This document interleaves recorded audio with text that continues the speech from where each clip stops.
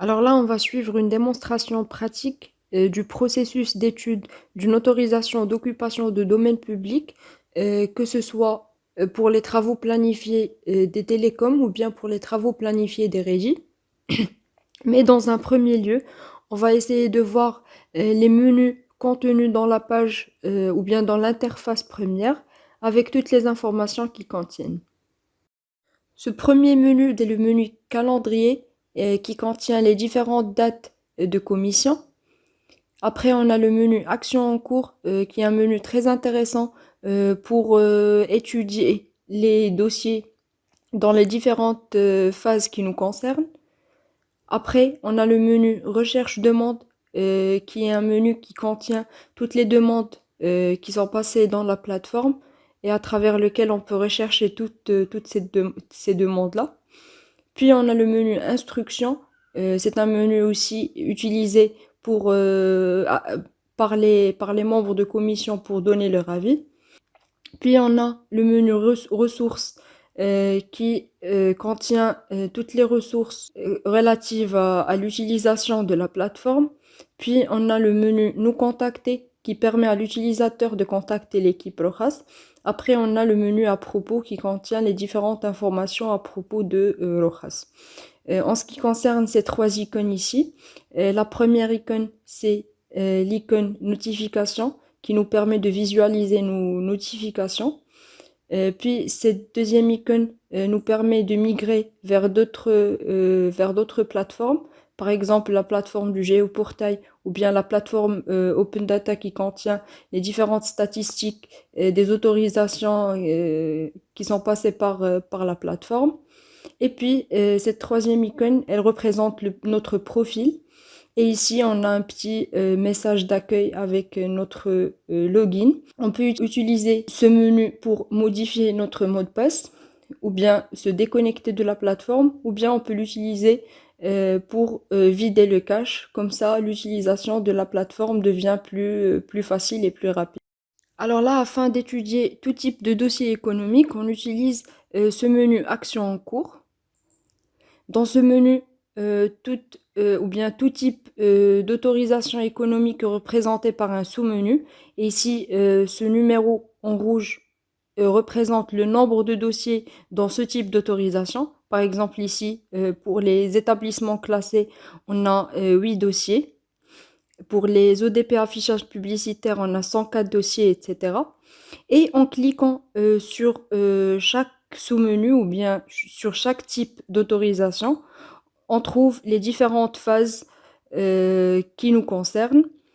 Ici, par exemple, pour ODP Télécom Travaux Planifiés, on a toutes les phases à partir de la qualification du dossier jusqu'à la phase de la délivrance de l'autorisation. Et ici, de même, pour ce numéro en rouge, il représente le nombre de dossiers dans cette phase. Et ici, si on choisit par exemple cette phase pré-instruction, on se retrouve sur cette interface qui contient tous les dossiers qui sont arrivés à cette phase, qui est la phase de la préinstruction. Ici, à travers ce bloc, on peut rechercher un dossier précis, soit en utilisant des mots-clés ou bien en utilisant cette icône de filtre ici. Ici, on peut filtrer les autorisations par leur type, par le type d'activité, le nom de l'utilisateur, la référence de la demande, la nature de l'activité, l'intitulé de cette activité, l'opérateur, le demandeur, l'exécutant, ou bien utiliser l'adresse des travaux, la préfecture, la commune. On peut aussi filtrer les autorisations par leur date de dépôt, leur date de commission, la consistance des travaux ou bien le statut de l'autorisation. Et ici, à côté de chaque dossier, on remarque qu'il y a un signe avec des couleurs différentes. Alors pour la couleur rouge, elle veut dire que ce dossier est verrouillé pour un autre utilisateur. Alors il y a un autre utilisateur qui effectue un traitement sur ce dossier et du coup on ne peut pas accéder à ce dossier. Par contre, si le dossier est en couleur jaune ou bien orange, cela veut dire que ce dossier est verrouillé pour moi. Et alors, je peux accéder à ce dossier et je suis le seul à pouvoir accéder à ce dossier. Le troisième cas, c'est si le signe est en cette couleur verte. Cela veut dire que ce dossier n'est affecté à personne et alors toute personne peut accéder à ce dossier et commencer un traitement. Alors maintenant, on va commencer par la première phase de traitement d'un dossier d'autorisation ODP pour travaux planifiés et c'est la phase de qualification de dossier et c'est une phase qui est assurée par un responsable du bureau d'accueil. On peut accéder à cette phase à travers le menu Action en cours, ODP Télécom Travaux planifiés ou bien ODP Régie Travaux planifiés et on choisit ici Qualification au dossier et ici on se trouve sur cette interface qui contient tous les dossiers qui sont dans la phase de qualification et ici on peut choisir un dossier. En double-cliquant sur ce dossier, on peut y accéder. Et là, on se trouve dans le bloc de qualification de demande. Mais avant de voir le traitement qu'on doit effectuer dans ce bloc, on va essayer d'expliquer les différentes informations qui existent sur cette interface. Alors ici, dans la tête de l'interface, on a l'étape où le dossier est maintenant, qui est l'étape de qualification de demande. On a aussi la référence de ce dossier. Ici, à travers ces boutons, on peut effectuer différentes actions sur ce dossier ou bien sur cette phase. La première, ou bien le premier bouton, c'est le bouton valider qu'on peut utiliser pour valider cette étape et passer à l'étape suivante. Le deuxième, c'est le bouton rejeter avec lequel on peut rejeter ce dossier et alors clôturer le process et l'activité ne sera pas autorisée. Ici, à travers le bouton retourner, on peut retourner ce dossier chez le demandeur. À travers le bouton libérer, on peut libérer tout changement qu'on a effectué sur cette phase. Et alors, le dossier va apparaître en couleur verte. Ici, en utilisant ce bouton sauvegarder, on peut sauvegarder notre traitement ou bien les actions qu'on a effectuées sur ce dossier. Ce bouton annotation, c'est pour ajouter des remarques ou bien des annotations avec le dossier. Ici, en cliquant sur ce bouton fermer, contrairement au bouton libérer, on va fermer le dossier, mais sans le libérer. Du coup, le dossier va apparaître avec une couleur orange. En ce qui concerne ces menus ici, on peut les utiliser pour migrer vers les différents blocs de l'interface d'une façon aisée. Par exemple, ici, si on choisit document justificatif, on se trouve sur le bloc des documents. En ce qui concerne cette en-tête, elle représente les différentes étapes du dossier. La première étape, c'est l'étape de saisie demande. Et ici, on peut voir que les étapes qui sont déjà passées sont des étapes en vert. Par contre, l'étape actuelle est une étape en orange ou bien en jaune. Et pour les autres étapes que le dossier n'a pas encore passé par, ce seront des étapes grisées. Alors ici, si on met notre curseur sur l'étape, on peut voir la personne qui a effectué cette étape et la date où elle a effectué cette étape. On revient à l'étape de qualification de demande. Dans cette étape, on peut vérifier les documents à travers cette liste. On peut ici choisir le document à vérifier. On peut le visualiser dans cet éditeur de texte. Et ici, on peut juger la recevabilité de ce document, soit en choisissant recevable, si le document est recevable. Sinon, si on choisit non recevable, on doit ajouter le motif de non-recevabilité de ce document. Et puis, après avoir effectué ce traitement pour tous les documents de cette liste, ici, on doit donner un jugement sur la globalité du dossier. Et ici, on peut choisir complet si le dossier est complet. Et dans ce cas, on clique sur le bouton valider ou bien si on choisit incomplet, on doit cliquer sur le bouton retourner pour retourner ce dossier vers le demandeur. Sinon, si on choisit le bouton rejeter, on doit cliquer sur le bouton ici rejeter pour clôturer ce dossier. Le dossier passe maintenant à l'étape de la préinstruction, qui est une étape assurée par le service économique. Dans cette étape aussi, le responsable du service économique doit choisir les documents à vérifier à partir de cette liste et il peut visualiser le document à travers cet éditeur de texte et puis il peut choisir si ce document est recevable ou bien non recevable.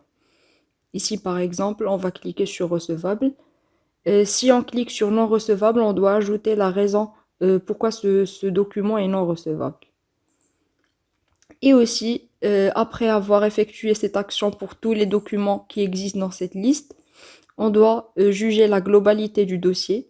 Et ici, on a trois choix. Soit on choisit conforme et on clique sur le bouton valider pour passer à l'étape suivante.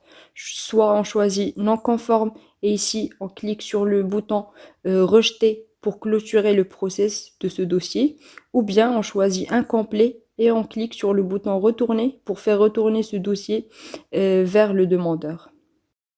Si le service économique choisit que ce dossier est conforme, il passe à l'étape de la planification de commission chez le secrétaire de commission. Dans cette étape, le secrétaire de commission doit choisir une date et une heure de réunion. Et ici, en cliquant sur ce champ, il peut choisir une date pour la réunion et aussi, en utilisant ces flèches, il peut choisir l'heure de la réunion ou bien l'heure de la commission. Et là, il clique sur valider pour passer à l'étape suivante. L'étape qui vient par la suite est l'étape d'attente commission. Dans cette étape, le secrétaire de commission peut ajouter des membres occasionnels en cliquant sur le bouton ajouter membre et choisir un membre à ajouter de cette liste. Et après, il clique sur le bouton mettre à jour membre. Il peut aussi utiliser ce bouton pour changer un membre ajouté par la suite. Après l'étape d'attente, on se retrouve dans l'étape de tenue de commission. Ici, l'interface contient deux blocs différents. Le premier, c'est le bloc avis commission et le deuxième, c'est décision commission. À travers le bloc avis commission, le secrétaire de commission peut visualiser les différents membres, leurs décisions, la date de traitement ainsi que le statut de leur avis. Et en utilisant ce bouton modifier et en cliquant sur modifier avis, le secrétaire de commission peut donner la main à un membre de commission pour changer son avis. Et ici, en cliquant sur le bouton mettre à jour membre, le secrétaire de commission peut changer ou bien ajouter un autre membre de commission. Pour le bloc décision commission, c'est le bloc utilisé par le secrétaire de commission pour donner une décision finale.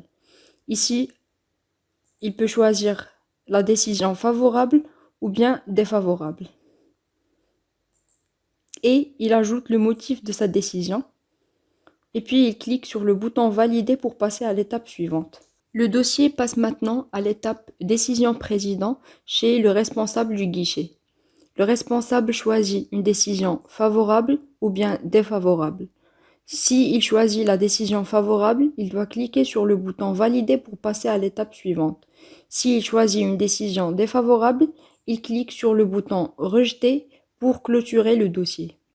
Si le dossier obtient une décision favorable, il passe à l'étape de calcul de taxes. Dans cette étape, le service d'infrastructure a deux blocs. Le premier bloc, c'est le bloc modèle taxe. À partir de ce tableau, le service d'infrastructure peut calculer les taxes en utilisant ce tableau qui contient les articles de l'arrêté fiscal.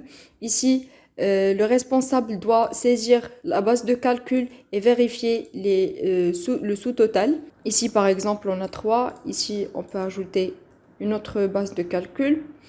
Et le responsable peut vérifier le montant total. Et dans ce champ-là, il ajoute le nombre de trimestres de cet ODP. Par exemple, ici, on a 3. Et la date de fin d'ODP s'affiche d'une façon automatique ici. Concernant le deuxième bloc, c'est le bloc caractéristique tranché. Dans ce bloc, le responsable peut ajouter autant de tranchées qu'il veut, ou bien il peut supprimer ces tranchées-là. Ici, il choisit la catégorie de tranchées, aussi la sous-catégorie, l'article. Ici aussi, il ajoute la longueur, la largeur et la profondeur de cette tranchée. Et il peut aussi vérifier et corriger le prix unitaire. Et ici, un calcul automatique s'effectue par la plateforme et il peut voir le sous-total.